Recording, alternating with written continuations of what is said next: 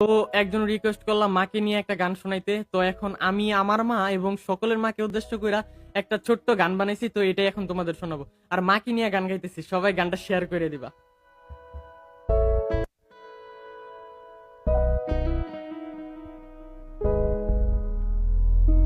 মা, তুমি ছেড়ে আমায় যেও না, তুমি জান্নাতের ঠিকানা।